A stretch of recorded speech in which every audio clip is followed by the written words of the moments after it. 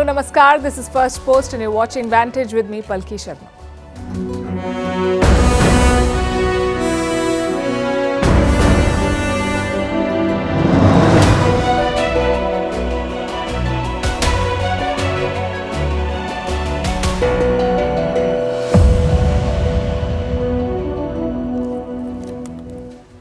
Today, India's stocks hit the headlines because they nosedived after weeks of rallies, which begs the question, what caused the crash?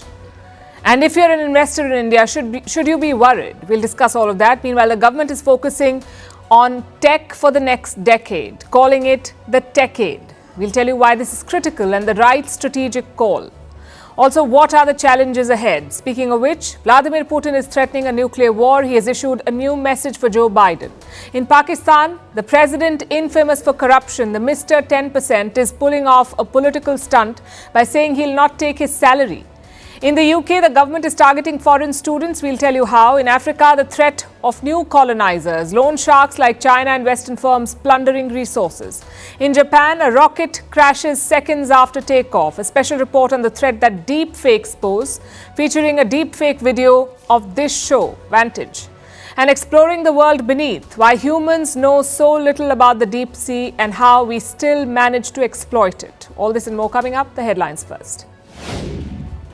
Joe Biden and Donald Trump set for an election rematch. The US president and his predecessor secured their parties as nominations. The presidential polls will be held in November. Opinion polls suggest it will be a tight contest. This will be the first rematch in a presidential election in 70 years. Election season in India as well. Will there be assembly elections in Jammu and Kashmir along with the parliamentary polls? The Election Commission is mulling the move. Since 2018, the Union Territory has been without an elected government. Alexei Navalny's ally attacked in Lithuania. Leonid Volov was struck with a hammer outside his home in Vilnius. Lithuania claims the attack was organized by Russia. It comes almost a month after Navalny died in an Arctic prison. Volkov has blamed Russian President Vladimir Putin for it. Another Chinese property giant in big trouble. Beijing scrambles to bail out China Vanke after Moody's downgraded its credit rating to junk. China's property crisis has already claimed two major developers, Evergrande and Country Garden. In Rwanda, a court upholds the election ban on opposition leader Victoire Ingabire. She won't be able to contest in the July presidential election. Ingabire is a fierce critic of President Paul Kagame. He is widely expected to win a fourth term in office. And the European Parliament gives its final approval to a landmark law on artificial intelligence. It is the world's first major act to regulate AI and models like ChatGPT. The rules will come into force from May, but implementation will begin from 2025.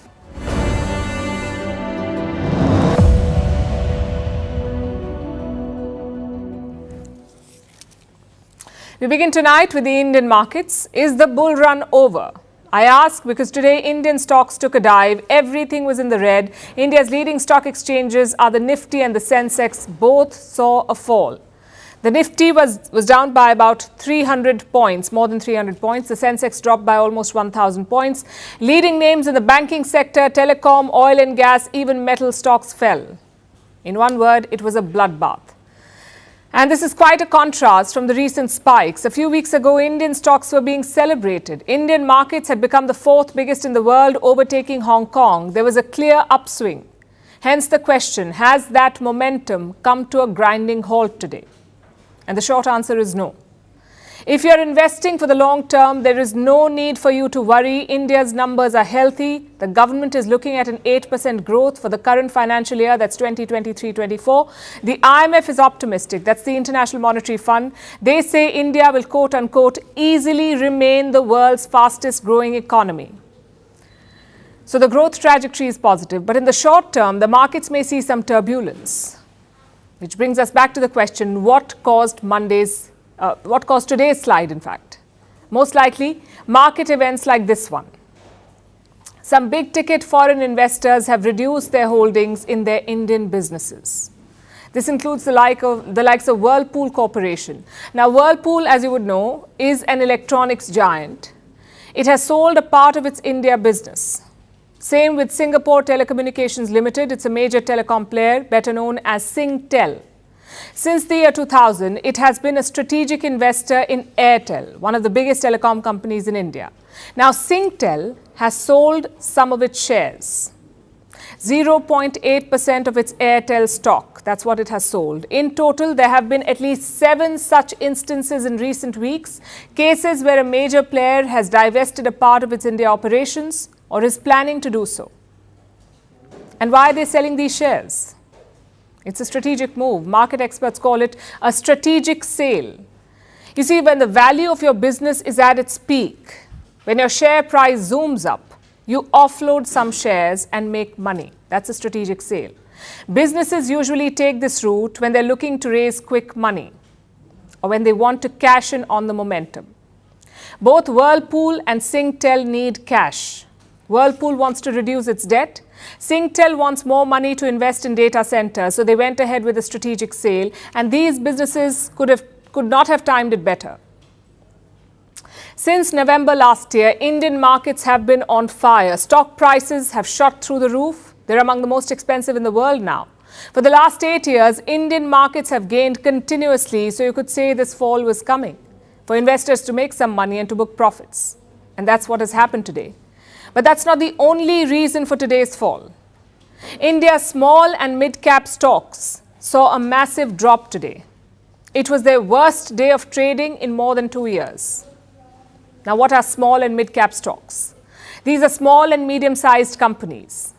Small and medium-sized by market value. They're listed on the stock exchanges. Small-cap companies are worth less than 5,000 crores. That's around $600 million. And mid-cap companies are worth between 5 and 20,000 crores. So that's around 600 million to $2.4 billion. And why do people invest in these stocks? For big returns. Because compared to large companies, small and medium-sized businesses can grow faster, potentially. They have room for exponential growth. So they can deliver substantial returns, which is why investors are eager to buy these stocks. They're looking for what is commonly called the next multi-bagger, a company or a group of companies that can deliver massive returns. At the same time, they can see a steep crash too. They can also fall substantially. It's the risk you take. Now, India's market regulator has been worried about this risk. It's called SEBI, the Securities and Exchange Board of India, SEBI, SEBI. SEBI thinks that there are signs of a bubble in these stocks. The SEBI chief gave a statement this week, and here is what she said, I'm quoting, "There are pockets of froth in the market. Some call it a bubble. It may not be appropriate to allow that bubble to keep building because when it bursts, it adversely impacts investors." Now, this statement came with some advice, and this advice was aimed at mutual funds in particular. The SEBI chief wants mutual funds to manage their risks better, their risk with small and mid-cap investments. The SEBI chief says this risk should be managed better, and the statement was almost like a directive, asking mutual funds to conduct what is called a stress test. They must do this stress test once every 15 days and disclose the results. Now, what is a stress test? It's like an internal assessment. It is designed to test whether a mutual fund in its current form can withstand sudden shocks. What kind of shocks? Like a large request from an investor for the withdrawal of their investment. If someone asks to pull out that money, can the mutual fund withstand that shock? They should be able to handle this pressure. And they should test this. Now, reports say mutual funds followed the SEBI orders, and that may have led to a churn in their portfolios. This is what has been happening. Now, if you put all of this together, if you connect all these dots, the big picture emerges. And it looks like this. No major cause of concern. Market fluctuations do not impact India's growth story. Plus, there's a large influx of investors in the Indian market.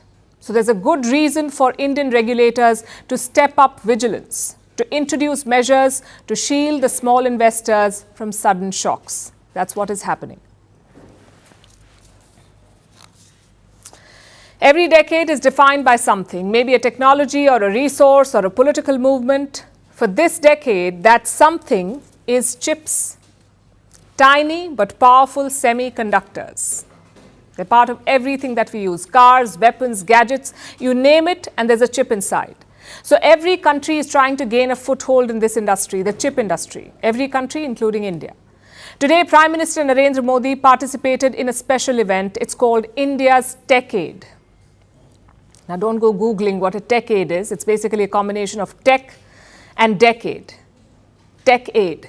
India wants to use chips to power its economic growth, to become a key player in this industry. Today's event marked a big step in that journey. The Prime Minister laid the foundation stone for 3 chip projects. The first one is in Gujarat, a chip fabrication plant set up by the Tata Group. Total investments around $10 billion. This will be India's first chip fabrication plant. The second project is in Assam. Again, it is being set up by the Tata Group. Total investments around $3.2 billion. This facility will assemble chips. And finally, the third project, located in the city of Sanand in Gujarat. It's being set up by CG Power and Industrial Solutions. Total investment around $1 billion. So that's 3 chip projects. Put together, they're worth some $15 billion. But the government is just getting started here. Prime Minister Modi says India will soon become a chip power. Bharat पहले ही एक space, nuclear और digital power है। आने वाले समय में हम semiconductor sector से जुड़े प्रोडक्ट्स का कॉमर्शियल प्रोडक्शन करेंगे। वो दिन दूर नहीं जब भारत इसमें भी एक ग्लोबल पावर बनेगा।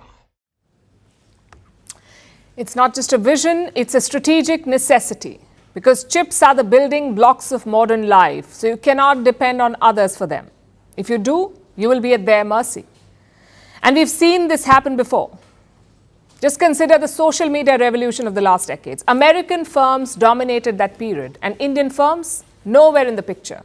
India had no answer to WhatsApp or Instagram or Twitter. India still doesn't have an answer, and look at the result. These companies sidestep Indian regulation. They do little to fight fake news, yet they milk the Indian market. Some Asian challengers did emerge, the biggest being TikTok.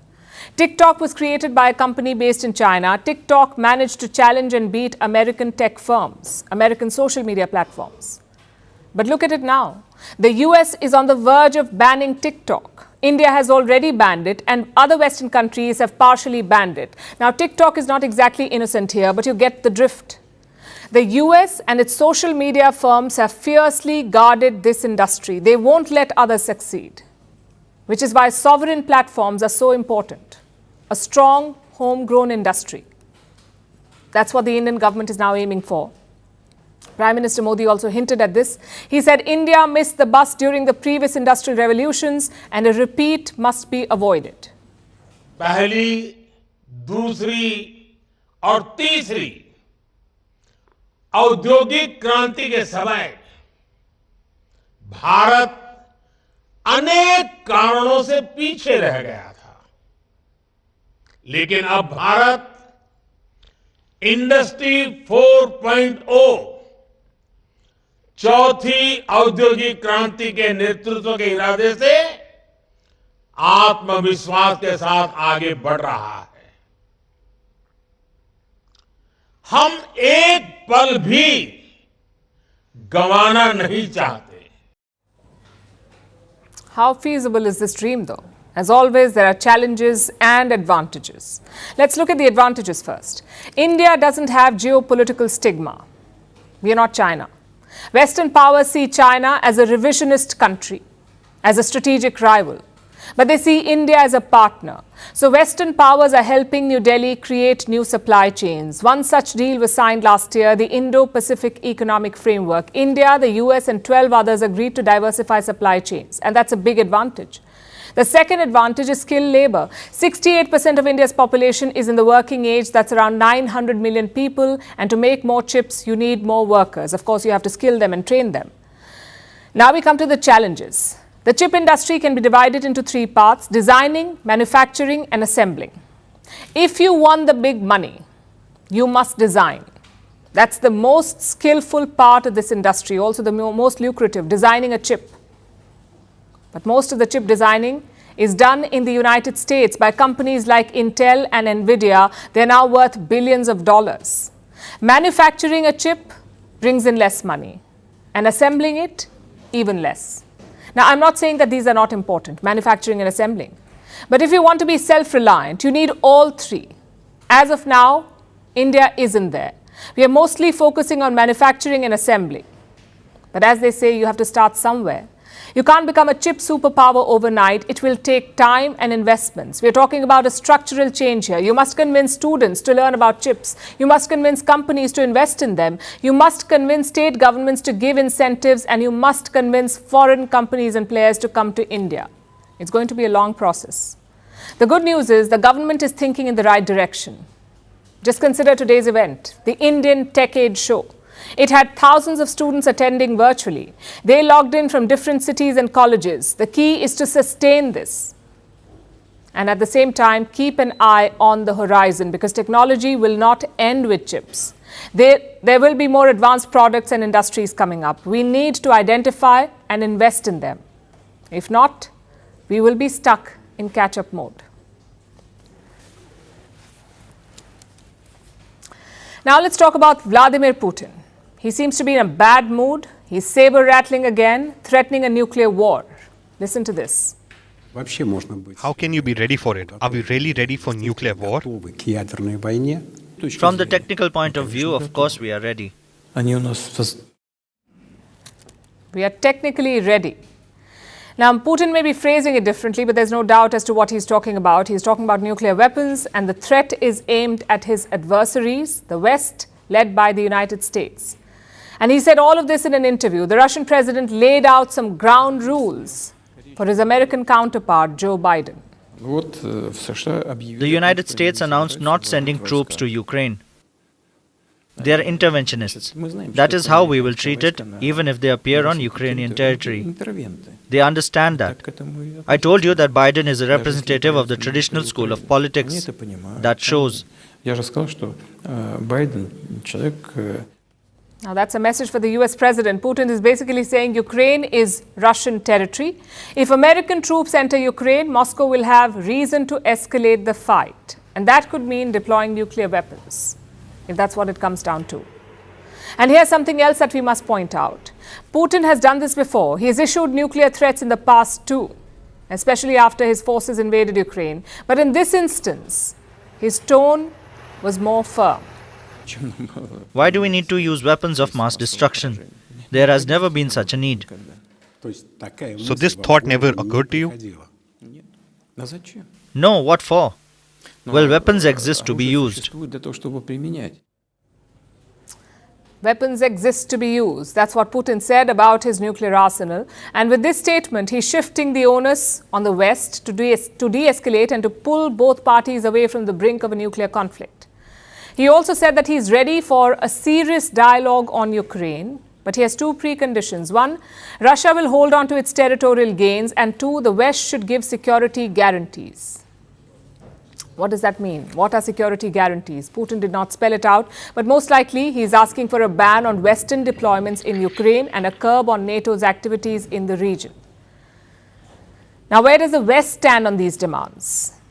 For Joe Biden, they're a non-starter. In his State of the Union address, Biden declared that he won't bend before Russia. Now my predecessor, a former Republican president, tells Putin, quote, do whatever the hell you want. I think it's outrageous, it's dangerous, and it's unacceptable. Biden is seeking a re-election this year. Any concessions to Russia would be political suicide. He won't do it. The only option is to keep backing Ukraine, and Joe Biden is going to extreme lengths to do it. He wanted to give an aid package to Ukraine, a package worth $60 billion, but it remains stuck in the US Congress. So Biden is looking for alternatives. Yesterday, he announced a new weapons package for Ukraine. This one is worth $300 million. This is what Washington will give Kiev, weapons worth $300 million, and it will leave America vulnerable. The US will be left with no money to replenish its own stocks, its own weapon stock. And this will put America's war readiness at risk. But President Biden remains firm. He's giving more weapons to Ukraine because he wants to be seen as doing something. He wants to be seen as still helping in the fight against Russia. And $300 million is a good amount. Ukraine could use every penny of it. But it won't be enough to turn the tide in their favor, or for that matter, to reassure American allies. Take Poland, for example. Their president is visiting the US, and this is what he said. Believe in America. We believe that Poland and Europe need more America, militarily, politically, and economically. More American spirit in thinking and acting. President Duda is not the only one asking America to do more. European allies are jittery. In Slovakia, there are protests. Thousands of people took to the streets to show their support for Ukraine and to criticize their own prime minister. His name is Robert Fico. He's seen as anti-Ukraine. He opposes military aid to Kiev. He says Ukraine should give up the land in Russian control and end the war. So basically, the Western camp is divided, and Putin is turning on the heat with threats of a nuclear war.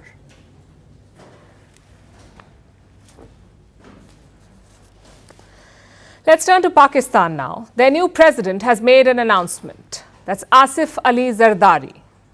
As president, he is entitled to a government salary. That's around $300,000 per month. That should be his salary. But Zardari says he won't take it. Why? Because Pakistan's economy is going through a tough time and Zardari does not want to burden the treasury. So noble, right? A selfless act by a dedicated leader. Well, think again. Zardari is one of the richest men in Pakistan. He is worth around $1.8 billion, and a lot of that wealth has come from corruption. He was quite an expert at swindling money. So good that he had a nickname, Mr. 10%. That was the cut for getting things done. So Zardari giving up his salary is not selfless or noble. It reeks of political showmanship, like putting an entire house on fire and then turning up with a mug of water. I hope Pakistan's people don't buy it. But let's take a closer look at Zardari's story. He was born into a Sindhi family of landlords. His lifestyle became the talk of the town. There was a lot of partying, a lot of fights, a lot of romantic flings, and a lot of polo. Many called him a playboy who plays polo. His life took a major turn in 1987. That's when he married Benazir Bhutto. Now, Bhutto was Pakistan's leader in waiting. She led the Pakistan People's Party. And as she claimed power, Zardari entered politics, first as Environment Minister in 1993 and then as Investment Minister until 1996. And during this time, Zardari was neck deep in corruption. His rivals called him Mr. 10% because he would take 10% kickbacks from government contracts, hence the nickname. Even foreign governments investigated his corruption, like Switzerland and Britain. At home, he was put in jail for 11 years. And if you know Pakistan politics, you know that that's a long time. 11 years is a long time because usually politicians wiggle out of jail, but not Asif Ali Zardari. His crimes range from corruption to extortion and murder. Now that same man is the president of Pakistan. So there's nothing to celebrate about Zardari's latest decision. Forget giving up his salary. He should be paying ordinary Pakistanis for putting up with him. But PR stunts aside, how is Pakistan's economy doing? Pretty badly. A team from the International Monetary Fund, or IMF, arrived today. Their job is to review Pakistan's bailout. It was agreed last year. The IMF is supposed to disburse $3 billion to Pakistan. 2 payments have been made. The final one is awaited. If the IMF team is happy, the rest of the money will be released to Pakistan. And they're in the country, in Pakistan, until next Monday. They will hold talks with the new finance minister. His name is Mohammad Aurangzeb. Now, this appointment is very important because Mohammad Aurangzeb is a political outsider. He's a career banker, studied at the Wharton School of Business, worked in international banks like Citi and JP Morgan, headed Pakistan's biggest commercial bank, HBL, and now appointed as the country's finance minister. It's a big change for the Sharifs too. Traditionally, they have trusted Ishak Dar with the finance ministry. But this time, he's been shifted out. So Islamabad is sending a message to the IMF and the international community that they're serious about turning the economy around. The question is, will the IMF buy it? Prime Minister Shehbaz Sharif has already called for another IMF loan. He has not mentioned a number yet, but reports say he wants another $6 billion. The finance minister will present Pakistan's case to the IMF team. He's called for a large and long-term program. So it's now up to the IMF. Do they trust the new government's intentions? Do they believe Asif Ali Zardari's fiscal prudence? Or do they trust the technocrat finance minister at their own peril? This is a country where elected prime ministers do not have real power. So how powerful can a non-political finance minister be? It's something that the IMF should think about.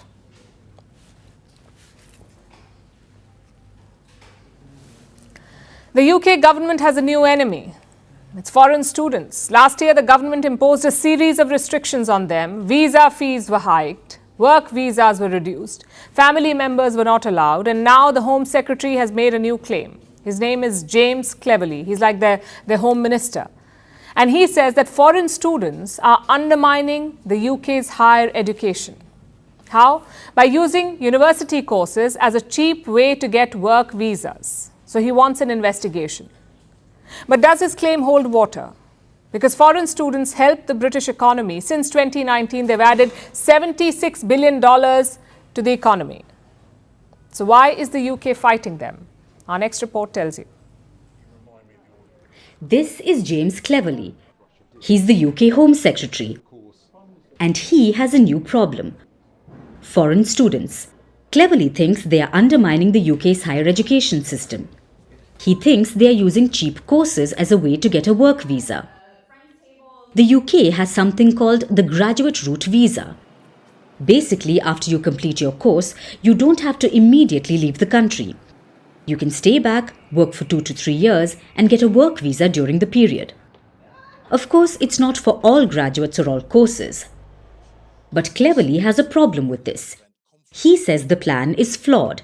It's not attracting the brightest or the best. He thinks students are abusing it. So the Home Secretary has ordered a probe. It will look at any evidence of abuse. It will find out if students are misusing the graduate route visa. The Home Secretary's comments have left many universities concerned. They say Cleverly's remarks are alarming. The UK graduate route is a key component of higher education in the UK. It makes education in the country more attractive. So universities believe these comments will only turn away prospective students. And it already is. Since last year, the UK has waged a battle against foreign students. It has hiked visa fees. It has cut work entitlement. What's that? It allows foreign students to work in the UK. The UK has also barred international students from bringing family members over. And now, even the post-work visa is in danger. All these steps have spooked international students. They are avoiding the UK, and it's showing in the numbers. This year, international student numbers in the UK have fallen by a third.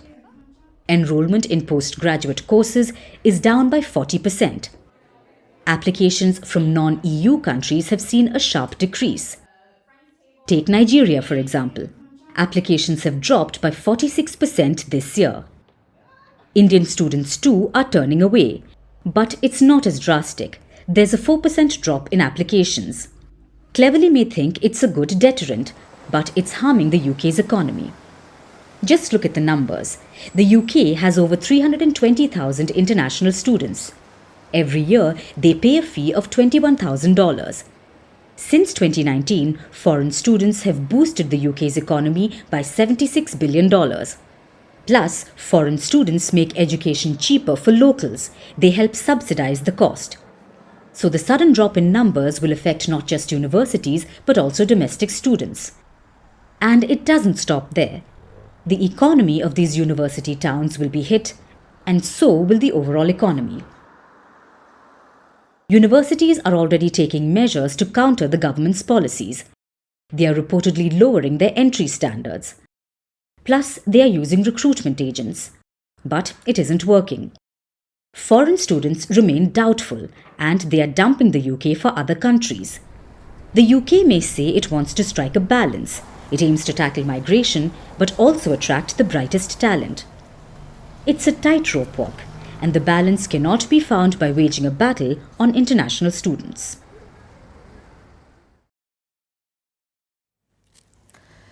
When I say colonization, what is it that comes to your mind? Considering our last story, you'd say the UK and you'd be spot on. The British were among the biggest colonizers that our world has seen. But right now, I'm talking about the concept, colonization. What does it really mean? One can argue that it is the draining of resources by a foreign power, a faraway nation taking away your wealth, making themselves richer, leaving your land barren and your people impoverished. Now, this kind of colonization has not really gone away. It is still rampant, especially in the continent of Africa. Only the colonizers have changed. Now it's China. And it's not sending its armies to Africa. China is using another tactic. It's called resource-backed loans. Loans in return for African resources. And whichever way you look at it, Africa stands to lose. Let me explain how. China has been pouring money into Africa for decades in the name of bringing development. But this is not charity, it's debt. China, in fact, has given money to at least 11 African nations. And we're talking about billions of dollars here in the form of investments and loans. What does China get in return? African resources. Suppose a country needs an emergency loan. They go to a lender, someone who's willing to give them money and to give it fast. Also someone who doesn't complain or lecture about corruption or worry about the sustainability of the debt. This lender just wants to make money by exploiting the desperate nation. It's the classic definition of a loan shark, aka China. In Africa and elsewhere too, China is the biggest loan shark. It offers loans to African countries and the loans come with brutal riders. Money is disbursed in exchange for natural resources. Whatever natural wealth the country possesses, oil, gas, copper, cobalt, you name it, everything is up for grabs. And this is not a fair exchange, far from it. First and foremost, because you can't price the asset properly. If you have minerals, oil, metals, and gas under the ground, it's not actually being marketed. So how you actually come up with a price of that for a long-term contract, it's a challenge. Undervaluing natural assets is standard. China sizes up the commodity, declares a low estimate of it, and then demands that as compensation. Think of it as a pawn shop, which is ripping you off. But the borrowing nation has no choice really. The lender has agreed to give them money, and that too urgently. They also promise to invest in your country, build infrastructure to extract your resources, and they promise to give a tiny share of this wealth to you. How does a desperate government argue? Is that the negotiation is very asymmetric. Most countries that want to do natural resource-backed loans are probably dealing with bigger countries, bigger commercial banks that want to give them a loan and say, well, look, it's urgent, we need it, but this is what you have to sign. But it is those that actually want to give the loan that have the upper power, not the person who wants or the country that wants to receive the loan. If outright bullying does not work, there's always corruption.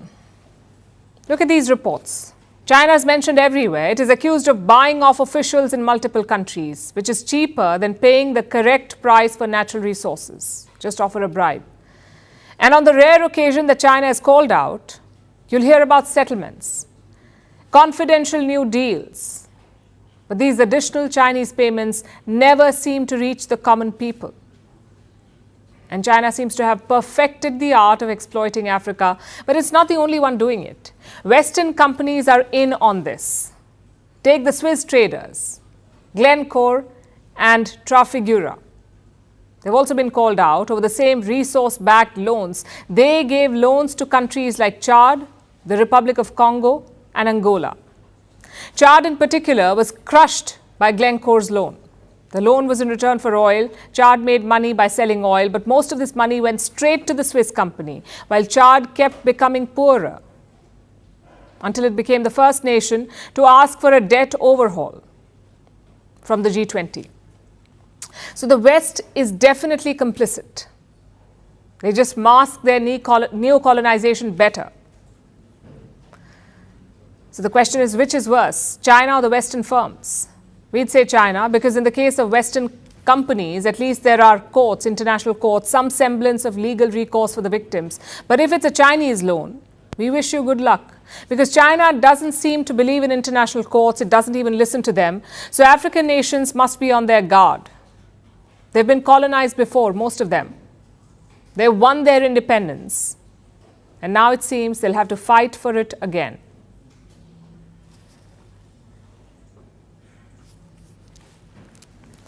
And now on to Japan. It was an important day for the country. A Kairos rocket was launching today. But just 5 seconds after the takeoff, the rocket exploded. It burst into flames. The Kairos rocket was made by Space One. It's a private space company. The launch was to test Japan's private space sector, but the explosion has spooked observers. Because while failures are commonplace for space agencies, private space companies have taken it to a new level. The question is, why can't they get it right? And what risks do these explosions pose? Here's our report. Kairos. In Greek, it means the right moment. That's what the Space One rocket was waiting for. The 18-meter Kairos rocket was all prepared. It was geared for takeoff. The launch took place in western Japan. Hundreds of spectators gathered. They all had high hopes for it. If it had succeeded, Space One would have been the first private company to put a rocket into orbit. We have ignition and liftoff of Kairos. Just 5 seconds after takeoff, it exploded.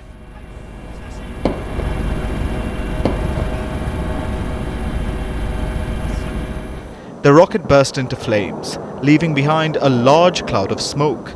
Space One scrambled into action. The fire was soon put out. No one was hurt. But how did the rocket burst within just seconds? That's something Space One will have to investigate.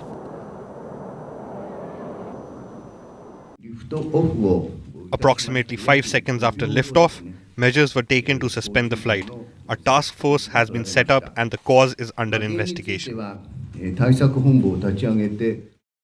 Space One is a private company. It was established in 2018 by a team of Japanese tech businesses. Since then, it has chased space glory. The plan was to put the satellite into orbit. It was supposed to happen 51 minutes after takeoff. But the rocket didn't even last 5 seconds. The cause for the explosion is not known yet.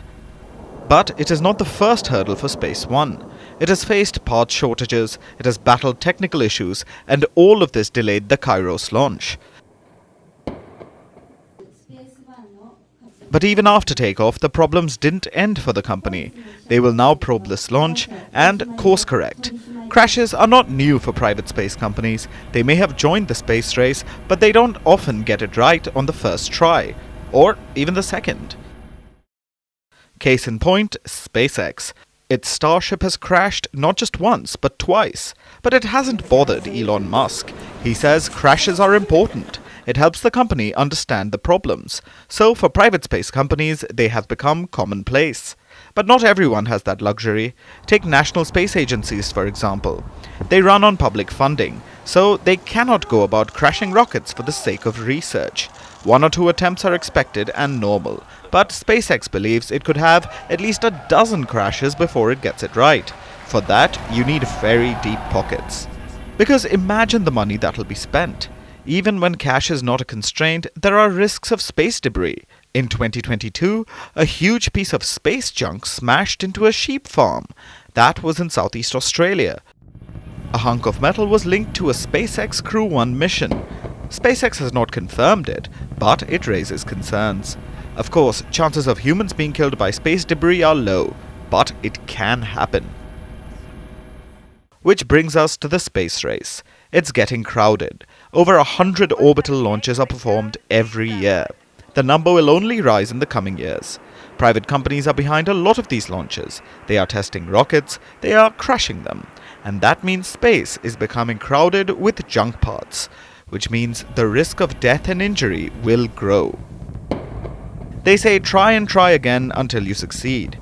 But how many rockets do you destroy before you give up?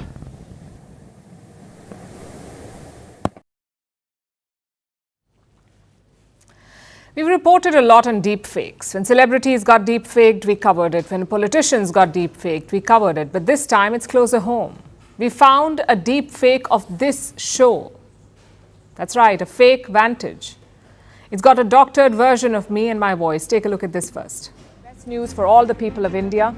The 29-year-old bride of Anant Ambani, the youngest son of the richest man in India, during the biggest celebration, which was attended by many world stars, told journalists that she is launching her investment project for everyone in India, in which absolutely everyone will be able to multiply their investments in just 3 hours. Especially for everyone in India, our editorial team found Sona's contact. Go to the Telegram channel. The link will be in the description. Let me emphasize again, that's a deepfake video you just saw. If you come across it, please flag it. And do not share it anywhere else. With that said, let's take a closer look at this video. Like most deepfakes, you can spot the differences. For starters, the content. We do not promote shady investment platforms. So that's a red flag right there. Same with things like accent and format. If you notice carefully, these things are obvious. But the fact is, you shouldn't have to. There should be guardrails in place, rules that stop the creation of unsolicited deepfakes, or at least their publication on the internet. We found this one on Facebook. Thankfully, it had not generated much buzz. But that may not always be the case, because deepfakes are getting better and better. One day we may not be able to spot the differences between what's fake and what's real. What happens then? Who takes responsibility for the damages? And this conversation is very important in 2024. We are seeing the collision of two very important factors this year. One is artificial intelligence. You can make deepfakes easily with AI, and the other is elections. Around half the world is voting this year. Countries like India and the US will be electing new governments. What happens if you combine these two, AI, deepfakes and elections? It's a complete unknown. We do not know what a deepfake election will look like, but we do know that we are not ready for it. Let's look at some numbers. In 2023, around 500,000 deepfakes were shared on social media. 500,000. And those are the reported ones. Many more would have gone unnoticed or unreported. Video deepfakes rose 3 times in 2023. Audio deepfakes increased 8 times. So AI has turbocharged the deepfake menace. But do we have a solution for it? Ideally, government regulation would be the answer, but there isn't any. Not just here in India, but anywhere in the world. In December, India's IT ministry sent an advisory to social media companies. It asked them to crack down on deepfakes. But nothing has changed. You see, social media companies have safe harbor protection. Suppose you find a deepfake on Instagram, a hateful or triggering deepfake. You can sue the person behind the deepfake, but you cannot sue Instagram because as a platform, they have safe harbor. They're not fully liable for the content they host. But now there is talk of diluting it. And there's a reason why. If social media companies are liable, they will be more alert. They will filter deepfakes themselves. If not, they could get sued. Which brings us to the technical side of things. How can you identify deepfakes? Looking for clues is not a reliable method. It will take a lot of time and effort. You need technology to cut that down. Some softwares do exist. Intel, for instance, has a product that can detect deepfake content. It's called Fake Catcher. The company claims it is 96% accurate. Some camera makers are also on the job, like Sony and Nikon. Their plan is to assign a digital signature to real photos, sort of like a birthmark. If a picture has that mark, it's real. If not, it could be a deepfake. But none of these solutions are perfect. So right now, your best bet is yourself, your instinct and your knowledge. Cross-check and analyze what you see. Go to trusted news sources and do not share dubious videos or pictures.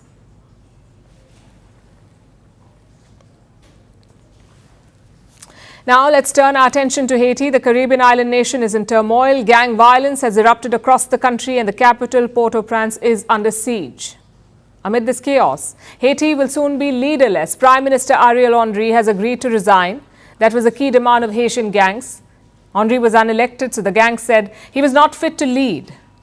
And they used Henri to justify their rampage. But now that he has stepped down, what next? A power tussle, a struggle for control. And leading the charge is one man, Jimmy Cheridzia, better known as Barbecue. Who is this man? And why is he so powerful? Here's our report. If Ariel Henry doesn't step down, the country will suffer a genocide. If Ariel Henry doesn't step down, if the international community continues to support Ariel Henry, they will lead us directly into a civil war that will end in genocide. That's Jimmy Cherizier, better known as Barbecue. Barbecue sounded the bell, and Prime Minister Ariel Henry's goose was cooked. After the Council of Ministers tonight accepted to put into place a transitional presidential council, the members of the council will be picked after agreement with different sectors of the national life. The government I am running will remove itself immediately after the establishment of the said council. Barbecue set fire to Haiti, and the Prime Minister has been forced to step down. But who is Barbecue, and how did he get so powerful? Powerful enough to cook up a civil war? Well, Barbecue is no ordinary fire starter. He was once on the other side of the divide. He was once a police officer, but he was fired in 2018 over his alleged involvement in extrajudicial killings. There was the Grande Ravine massacre in 2017, where more than 9 people were killed by the Haitian police. Then, in November 2018, another massacre took place, the La Saline massacre. 71 people were killed. 400 houses were burned down. Barbecue was apparently involved in both incidents. And a month after La Saline, he was kicked out of the force. Barbecue even faced US sanctions over the bloodbath, but that did nothing to stop his rise. After getting fired, Barbecue joined Haiti's gangs. He currently leads a coalition of gangs in Haiti, called the G9 Family and Allies. This group has been wreaking havoc for years, without any punishment. Initially, it was because Barbecue had support from the top. Barbecue was allegedly working for Haiti's former president, Jovenel Moïse. He became the president's unofficial enforcer, enforcing order in the streets of Port-au-Prince, and rounding up people to vote for his patron. But then, Moïse was assassinated in 2021. In his place came Ariel Henry. Henry became Prime Minister and acting President. He was put there by an international coalition to bring back order to Haiti, but he could not manage that alone. 2 weeks ago, Henry went to Kenya. This was to sign a deal that would have allowed the Kenyan police to lead an international force in Haiti. This force could have finally countered Barbecue and his boys.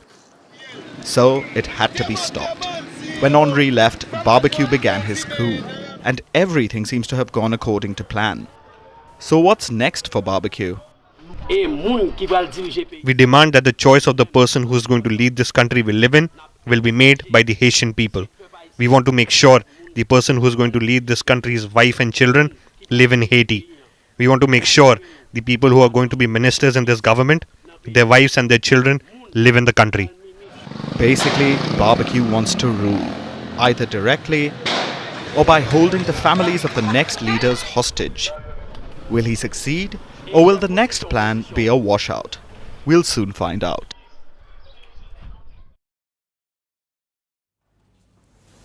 Our next story is about a place where it is always night and it is always snowing. I'm talking about the deep sea. It's a wondrous underworld. It exists beneath the surface at a depth of about 660 feet. Sunlight doesn't reach this realm, so the deeper you go, the colder and darker it gets. Plus, when you're under the sea, water pushes you down. It pushes down on you, rather, and this builds pressure. Again, the deeper you go, the greater the pressure. So it is a difficult place to be in, at least for land dwellers.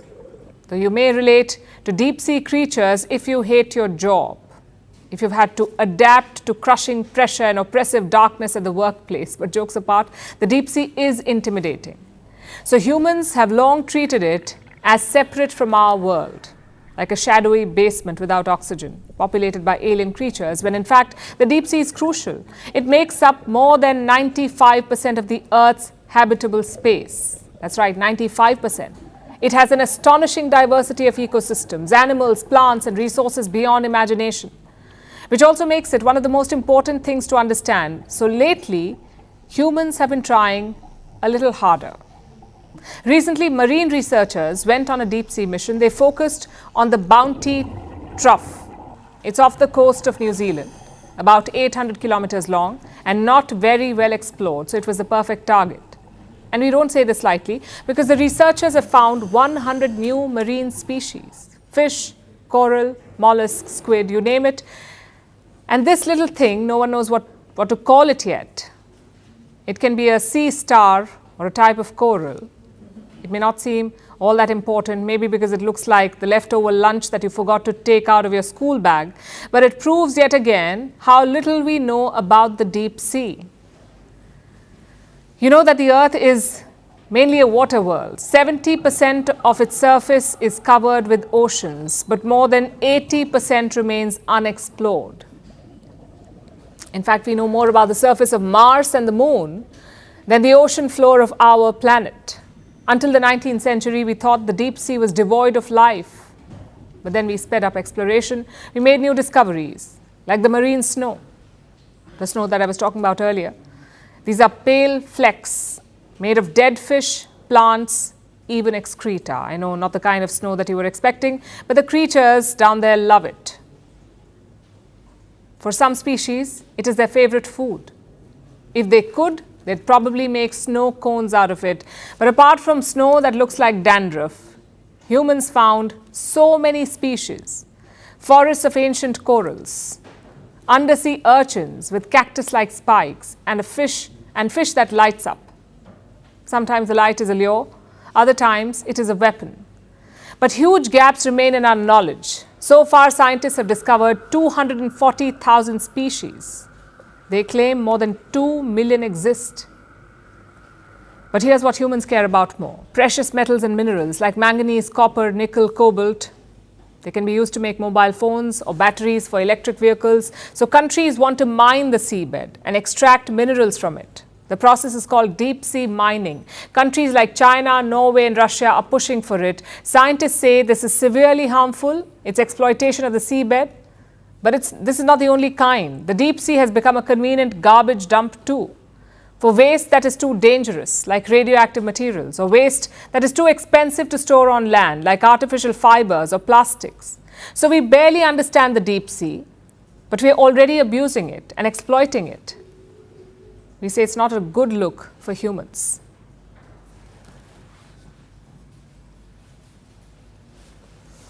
And now it's time for Vantage Shots, images that tell the story. Thailand celebrates National Elephant Day with a feast for the giant animals. In Virginia, staff at a wildlife center dress as foxes as they take care of an orphaned fox cub. And a gust of wind took Pope Francis's papal hat flying away during his weekly audience. Finally, we're taking you back in history. On this day in 1781, the planet Uranus was discovered. It was spotted by an English astronomer, William Herschel. He was surveying stars when he spotted this planet, and he later found that it orbited the sun. We're leaving you on that note. Thank you for watching. We'll see you tomorrow.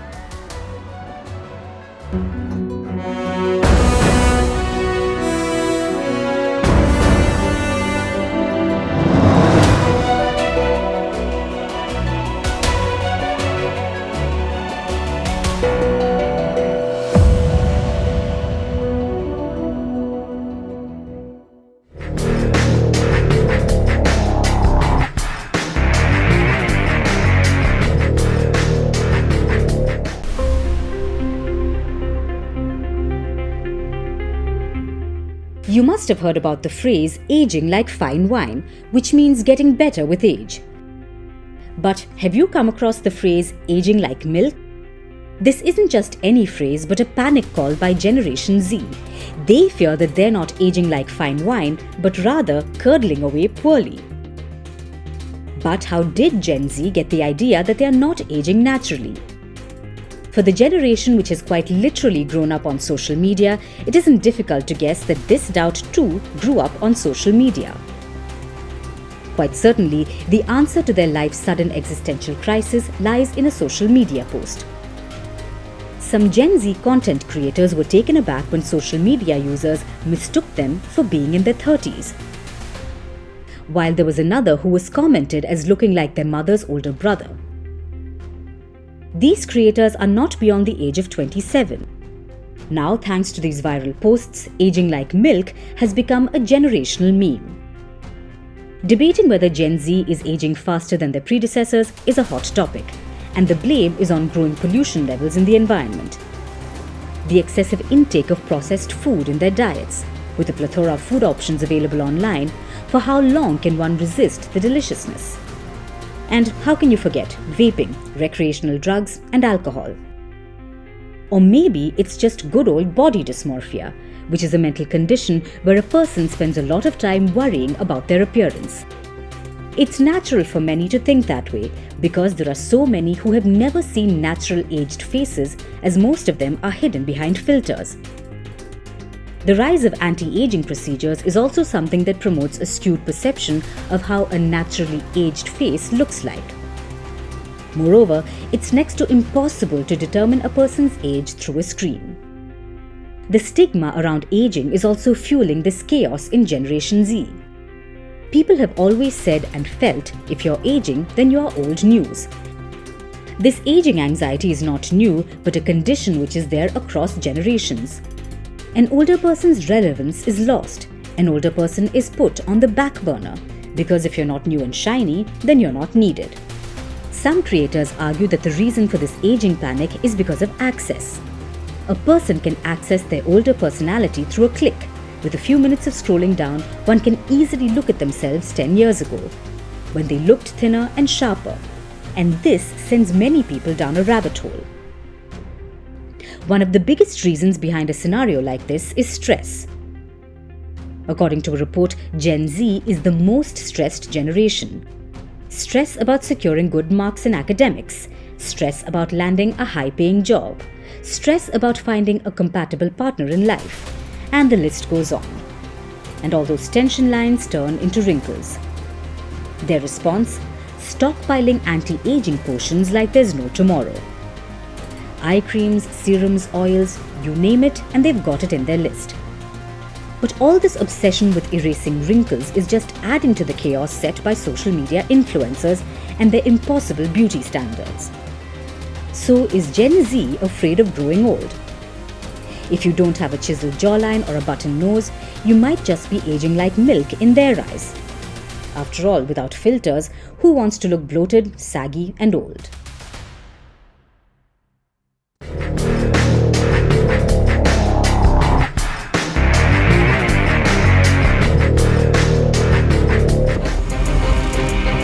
From impeachments to inaugurations, if it's a political story, we are on the scene. The race for the White House is heating up. We're beating Biden. How dare he say that? If it's breaking news, we're live with the latest coverage. From the White House, the State Department, and Capitol Hill. We know the issues, but above all, we know the players to bring you the latest in-depth analysis on all the key stories that we're covering. I'm Eric Ham. Join me from Washington here on Firstpost America.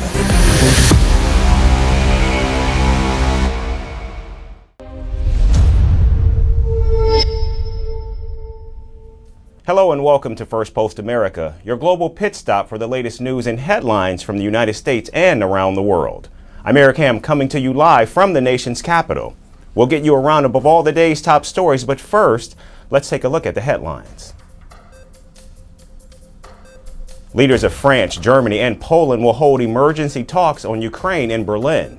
This after Polish Prime Minister met with U.S. President Joe Biden in Washington.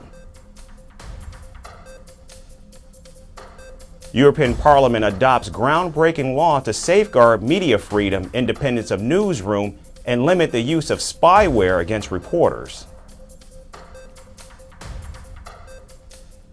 The UK government is mulling a plan to send rejected asylum seekers to Rwanda voluntarily and will reportedly pay them up to $3,800 to make the move.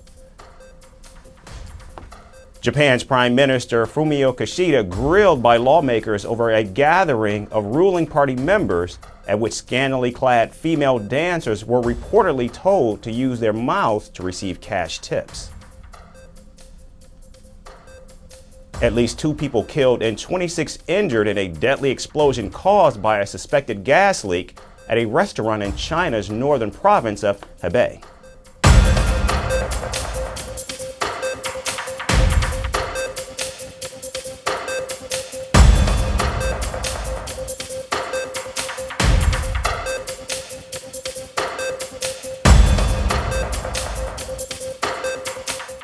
We begin in the United States and the race for the White House. The sequel, 4 years in the making, is officially set.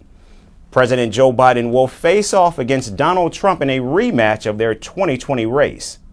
President Biden and Donald Trump have both secured their party's nominations. Not such an election has occurred in nearly 70 years. In fact, in 1956, Republican President Dwight D. Eisenhower once again defeated Adlai Stevenson, the Democratic opponent he had 4 years ago.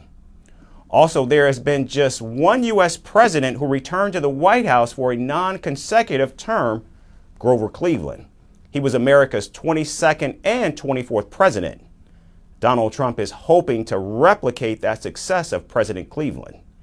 Trump clinched the required 1,215 delegates to secure the Republican presidential nomination as 4 states held contests, including Georgia, the battleground state where he faces criminal charges for attempting to overturn the 2020 election results. In a video posted on social media, Trump said there is no time to celebrate.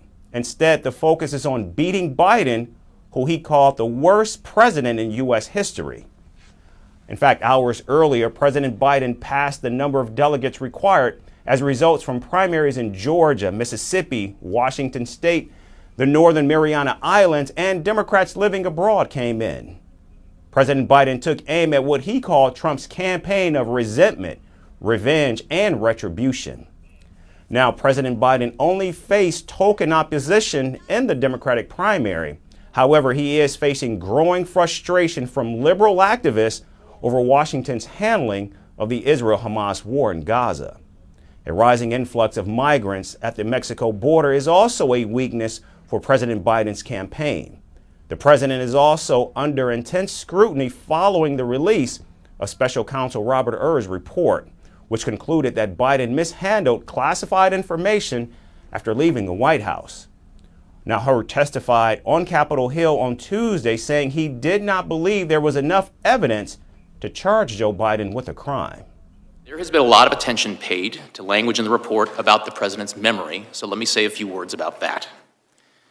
My task was to determine whether the president retained or disclosed national defense information willfully. My assessment in the report about the relevance of the president's memory was necessary and accurate and fair.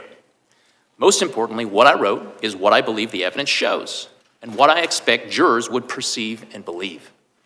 I did not sanitize my explanation, nor did I disparage the president unfairly.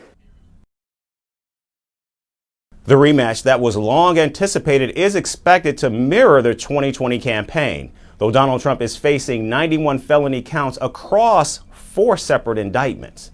Now, these include charges related to allegations that he plotted to overturn the 2020 election defeat, played a lead role in the January 2021 insurrection at the Capitol, illegally took classified documents from the White House, and covered up hush money payments to an adult film star ahead of the 2016 election. He is scheduled to become the first former American president to go on trial in a criminal case. That case begins on March 25th in New York. Staying in the United States, lawmakers on Capitol Hill are taking aim at the popular social media app TikTok. Security agencies have raised the alarm over the national security threat posed by the Chinese-owned app. Now U.S. lawmakers are set to vote on a bill that could ban the app in the United States. An outrage is growing as some TikTok users in the United States are protesting against this bill. Meanwhile, Beijing has slammed the move, accusing Washington of bullying. Our next report takes you inside the fight on Capitol Hill. Millions of Americans may soon have to bid adieu to TikTok. US lawmakers are all set to vote on a bill that could potentially ban the short video app. If approved, the bill, called Protecting Americans from Foreign Adversary-Controlled Applications Act, will force TikTok to cut ties with its Chinese parent company ByteDance. It will force the Chinese firm to sell the app within a time period of 180 days, or face a ban from Apple and Google app stores in the United States. TikTok is a widely popular short video app with about 170 million American users. A potential ban has left American TikTok users anxious. Any ban on TikTok is not just banning the freedom of expression. You are literally causing huge harm to our national economy. We have small business owners that are here and small business owners from across the country that use TikTok to move our economy forward. This app is so much more than just an app for dumb TikTok dances. So when I hear these elected officials literally mock and make fun of TikTok and its creators, I'm disgusted. This is a life-changing app. So many people, not only 5 million small businesses rely on it, but 170 million people rely on this app for more than just their livelihood. They rely on this app for their mental health. TikTok's Chinese ownership has raised security concerns over the safety of users' data, as many people worry about the application's potential subservience to the Chinese government. I am highly concerned about our data being collected and being misused by both foreign adversaries and also domestic companies. But this bill does not fix that problem, let's be honest here. This bill doesn't fix it. We could pass this, it could get signed tomorrow, I hope it doesn't. And in 6 months, in a year, we'll be back at the same conversation, possibly talking about some other social media platform that's misusing our data. The potential ban also comes just months ahead of the US presidential elections. Earlier, US spy chief Avril Haines warned that China could use TikTok to influence the election. An intelligence community report also backed the claim. The report said TikTok accounts run by a Chinese government propaganda arm targeted candidates during the 2022 midterm election cycle. FBI Director Christopher Wray also raised an alarm over TikTok. He said that Americans need to assess whether they want the Chinese government to control their data and compromise their devices. TikTok's owners are not just battling security concerns. The short video app may also spiral into a political bone of contention between two presidential candidates, Joe Biden and Donald Trump. Though the Biden campaign launched a TikTok account to reach out to young voters, President Biden himself says he would sign the bill to ban the app if it reaches his desk. His opponent in the 2024 race and former US President Donald Trump, however, has taken a U-turn from his old stance. Trump said he is against a ban on TikTok. Donald Trump added that a ban would strengthen Instagram and Facebook's parent company, Meta, that he has labeled as an enemy of the people. In 2020, Trump attempted to wrest control of TikTok from ByteDance. However, the move was blocked by the US courts. Many believe that Trump's change of tune is because a major TikTok investor, Jeff Yass, is donating to his campaign. The former president has denied such claims. While Americans await the decision on TikTok's future, the social media app continues to be a battleground for the two US presidential candidates, Biden and Trump. And now to Russia. Voters are head to the polls in just 2 days when Vladimir Putin is expected to secure another 6-year term as president.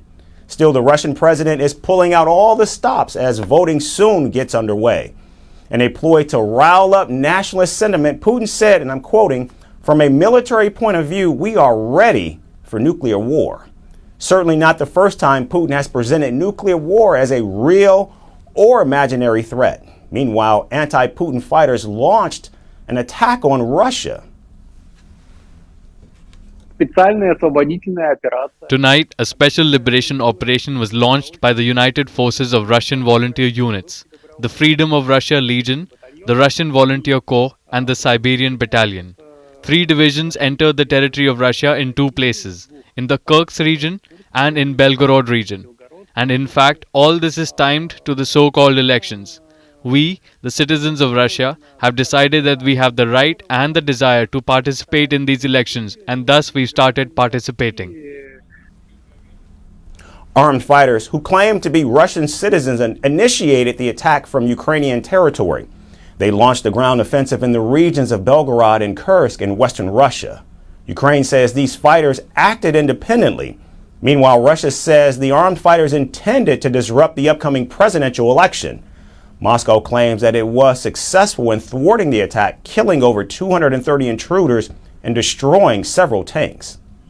This morning, units of the armed forces of the Russian Federation, together with the units of the Border Service of the Federal Security Service of Russia, thwarted an attempt by the Kiev regime to make a breakthrough into the border territory of the Russian Federation in the Belgorod and Kursk regions. Around 3 a.m., after intense shelling of civilian objects, Ukrainian terrorist formations supported by tanks and armored fighting vehicles attempted to invade Russian territory on 3 fronts. Now, in response, Putin ordered a massive air assault on Ukraine in a clear message to Kyiv's leadership. Hundreds of cruise missiles hit several cities, including the hometown of Ukrainian President Volodymyr Zelensky. President Zelensky has confirmed that the attack on his hometown left 3 dead civilians with another 38 wounded. Meanwhile, the United States has announced a military package for Ukraine worth over $300 million, in which is much needed relief for Kyiv. So today, on behalf of President Biden, I'm announcing an emergency package of security assistance of $300 million worth of weapons and equipment to address some of Ukraine's pressing needs. This emergency package that we're announcing contains a large tranche of artillery rounds and gimlers for the HIMARS. It is assistance that Ukraine desperately needs to hold the line against Russian attacks and to push back against the continuing Russian onslaught in the east and in other parts of Ukraine.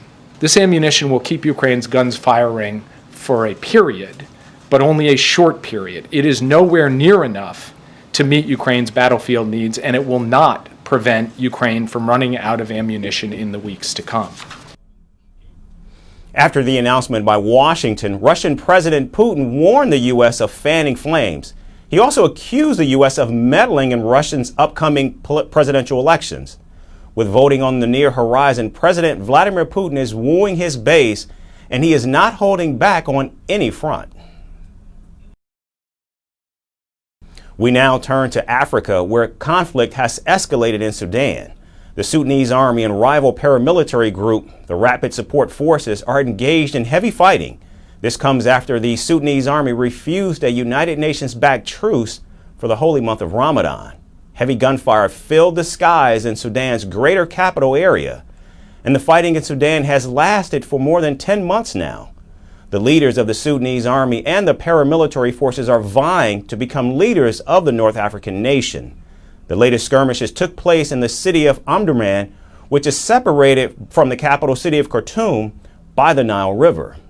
And Omdurman, which was once a stronghold for the paramilitary forces, has now seen the army's presence for the first time.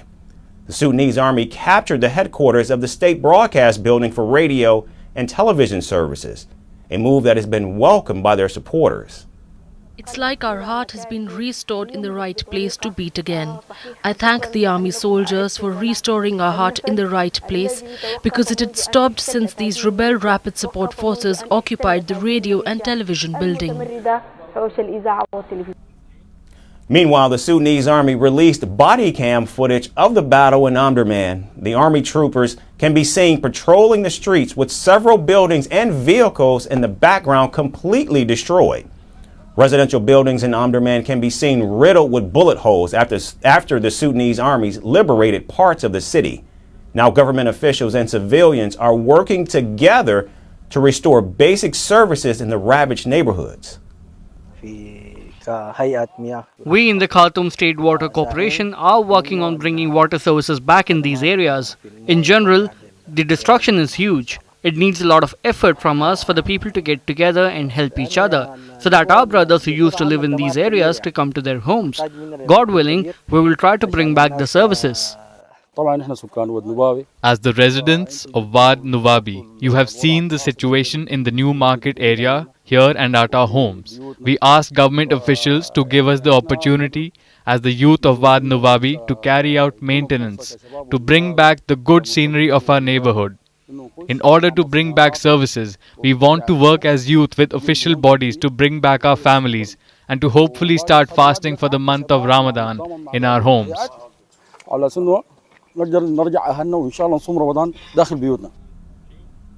For much of the conflict, the Sudanese army had been on the defensive after suffering heavy losses in the initial months.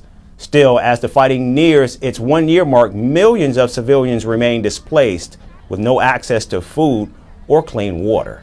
The clash of egos between the two warring generals has led to one of the biggest humanitarian disasters in all of Africa. And finally, in Latin America, the economic and political crisis in Venezuela is worsening. In fact, Venezuela has a proverbial gun to its head as it could soon see a return of harsh U.S. sanctions. To keep its economy and energy sector afloat as the threat looms, Caracas is turning towards its ally Iran and is trying to mend ties that frayed over the last year, with the focus on an oil alliance between the two strategic partners. Our next report explains.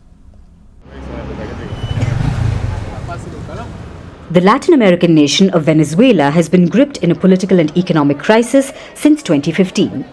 Over the years, the crisis have only aggravated, forcing over 7.5 million people to leave the country in the last 8 years. Venezuela's oil sector is the most crucial to its economy. In 2019, the United States imposed sanctions on Venezuela's oil industry.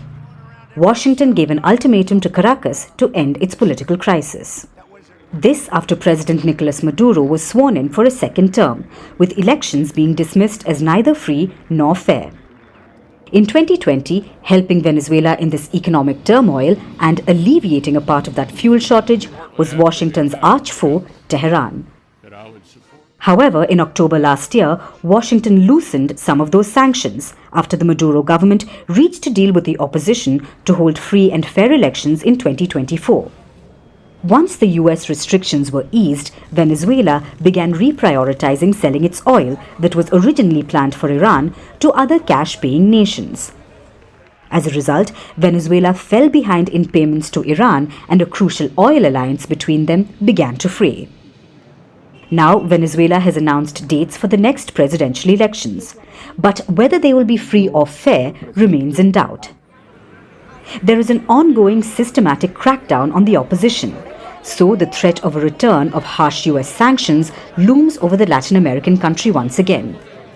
The oil exemption is due to expire on April 18th. As the situation grows dire once again, Venezuela is turning back towards its strategic partner, Iran. The two countries are reportedly trying to patch together the oil alliance that had begun to fray. Caracas had fallen behind on oil swaps that had boosted crude exports and helped stem domestic fuel shortages. If the US sanctions return, which they most likely will, Caracas will need Iran's support for its oil industry and to keep its energy sector afloat. So it's now rushing to salvage its partnership with Iran. The 3-year-old alliance with Iran involved hundreds of millions of dollars in oil swaps. Venezuela has now accelerated deliveries of heavy crude and fuel cargoes to Iran. Venezuela's oil minister Pedro Tellechia also acknowledged the tattered relationship. The original 2021 deal required Venezuelan oil companies to deliver Iranian state companies at least 2 barrels of oil for every one received. Iran reportedly stopped sending cargoes to Venezuela last May after Caracas fell behind. The two countries, reeling under US sanctions for years, have been aiming to strengthen cooperation. Last year, Iranian President Ibrahim Raisi met his Venezuelan counterpart Nicolas Maduro in Caracas. In a veiled reference to Washington, Raisi had said, "The relation between Iran and Venezuela is not a normal diplomatic relationship, but a strategic one between countries that have common interests and common enemies." In 2022, the two countries vowed to expand bilateral trade volume to $25 billion. According to reports, the current value of ongoing business has not even touched $10 billion. Top officials from both countries have travelled in recent months to push new energy into joint businesses, but the efforts seem to be fading. Can Venezuela mend frayed ties with its strategic partner Iran? Or will Tehran pick a tit-for-tat move and abandon its ally as US sanctions bite? That's our show for today. We thank you so much for tuning in. We hope to see you right back here again tomorrow. Thanks again for watching.